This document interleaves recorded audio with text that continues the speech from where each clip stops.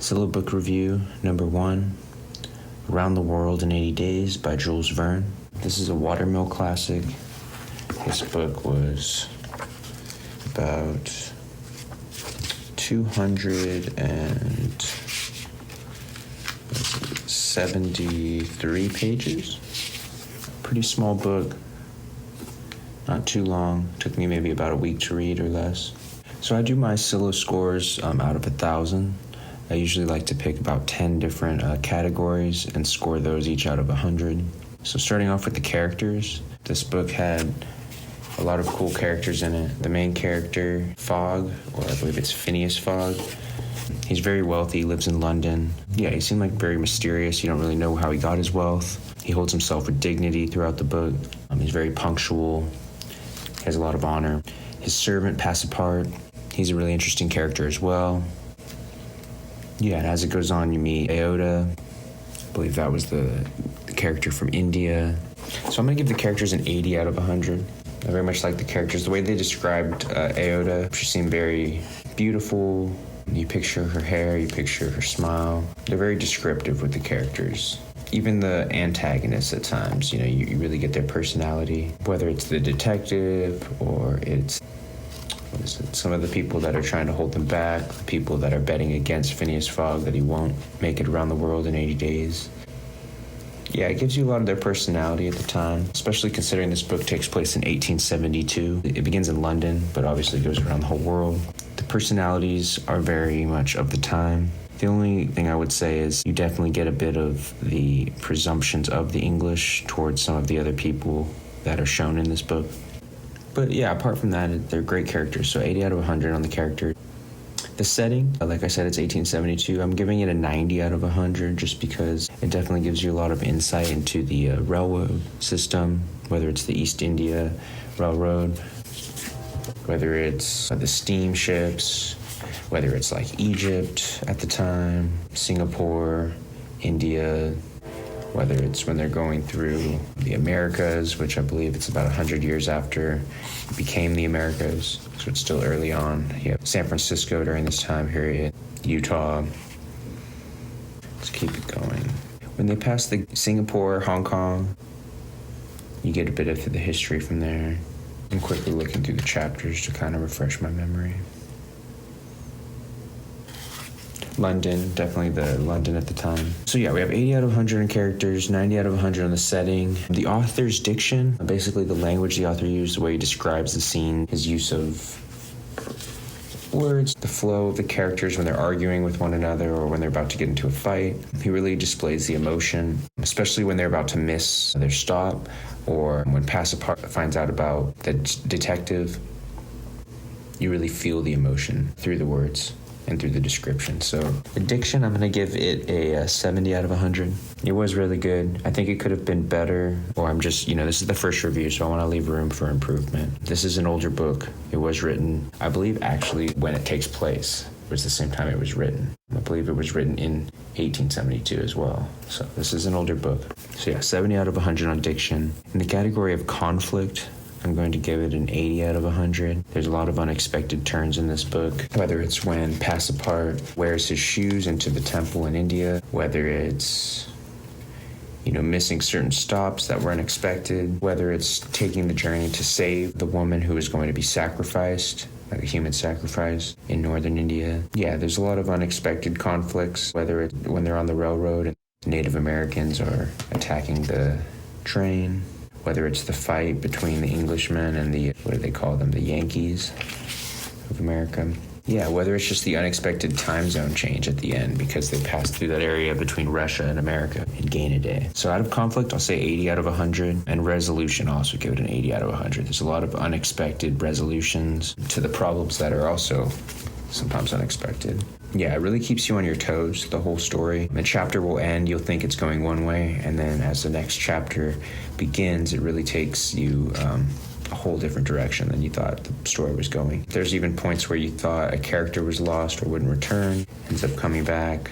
Yeah, there's even unexpected, like The part where the Mormon was giving the sermon on the train and Passapart was listening while more and more people left the train. Finally, he was the last one, and then he left because he couldn't agree with what the Mormon was spreading, with the knowledge or the beliefs that he was trying to pass on.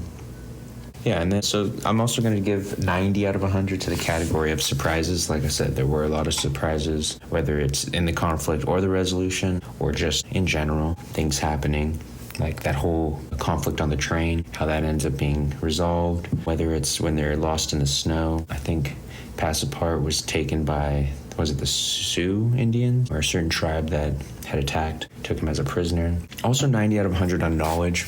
There was a lot in this category of culture, history. It gives you a lot of insight to the 1800s, how people were thinking. There's even some slang in the book that seems like it's older slang from that time period. The culture of sacrifice in certain parts of India, which I think they kind of exaggerated a bit. It was, at this time they really did believe Hinduism was a savage religion, which most people know now looking back on history. There's a lot of deep, deep culture in Hinduism, and it's definitely not a savage religion. That word savage is very disrespectful. But still, even portraying things in the wrong light shows the correct light about the time period that is portraying it. So it does give you insight to how they saw the Indian culture at this time. I hope that makes sense. Yeah, there was a lot of history. Like I said, the Mormons, it gave some of that history into the Mormon religion, how their settlements were started in Utah, some of their culture as far as like marrying, polygamy. When they go into Japan, they talk a bit about like how they make sake there from fermenting rice, different parts of the culture, like whether they're talking about the birds in Japan, the fruit. Little things like this where, I enjoy reading about. It gives me insight into a time period, time and a place. It really takes you into the story. Symbology, I'm going to have to give it an 80 out of 100. There definitely was some symbolism in here. This was my first time reading this book, so I might not have seen too deeply into the symbology of everything that happened. But there were definitely little elements of foreshadowing.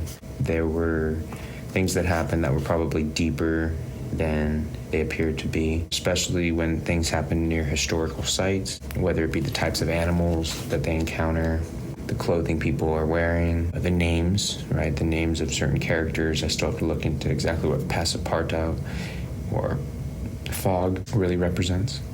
Yeah, I thought it was interesting, San Francisco. It talks about some of that history, about how in 1849 it was a city of bandits, assassins that gathered together to gamble with gold dust. Kind of gives you an ode to the gold rush and some of the culture out in the Americas at the time.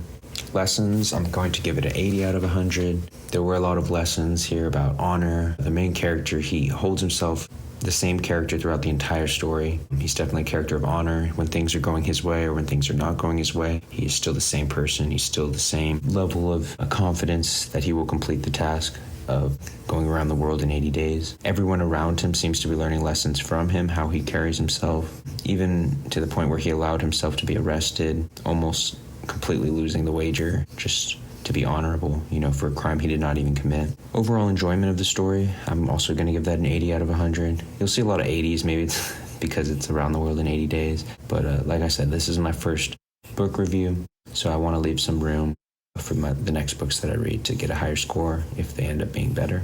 So yeah, solid 80. It was enjoyable to read. I often found myself reading more chapters than I planned to read. I wanted to know what happened next. There were scenes in the book that while reading, they seemed very, I don't know if I want to say actionist, but full of action. They were exciting. I could picture explosions, the revolvers going off, the fights happening, the urgency, the sense of urgency, the emotion when they're on like a bobsled thing flying through the snow. There's a scene where the wolves are chasing them and they end up passing all these wolves while just sliding on a sail through the snow. A lot of these scenes I just pictured in my mind, and it was really enjoyable for me to picture and to read and to envision these stories in my own way. And that's part of why I love reading, because it's really like my mind's freestyle of the story. I'm reading the words, but the pictures that I am picturing are different every time than exactly how the author may have meant. I've also never seen the movie or any of the movies for this, so yeah, this was inspiring for me, so that I actually have a fresh vision of this story that maybe someone else might not have seen. So if I ever want to tell this story myself or recreate it, whether it be an art, whether it be a motion picture, whether it be an album, I think I have my own fresh take on this story because I've read it. before I've seen it portrayed. So yeah, my total is going to be 820. That's a PSILO score out of 1,000. Once again, 820 out of 1,000 for the PSILO score. This was the first PSILO book review. Once again, it was Around the World in 80 Days by Jules Verne. This was a watermill classic. It's part of a collection. I'm going to be reading as many as I can actually, of these watermill classics and giving reviews on them. Let me know what you thought of this review. If there's anything else I should cover. I don't really want to be giving away the whole story of the book, so that way other people can read, maybe with me. Maybe I'll start a solo book club where we can, in the comments, talk about the book together. And I may also open another page where I actually read chapters or entire books, where you can listen to me doing the reading for you, like an audiobook style. But for this is the PSILO book review. So I'm going to give it a score, and I'm going to move on to the next book. So thanks for tuning in. I'm here in Solo Space Studios, and I'm just enjoying myself working on new art and reading some of these classics, taking the stories in as inspiration and as ways of bonding with other people, ways of connecting with other people through story, symbolism, and the lessons within. So thank you.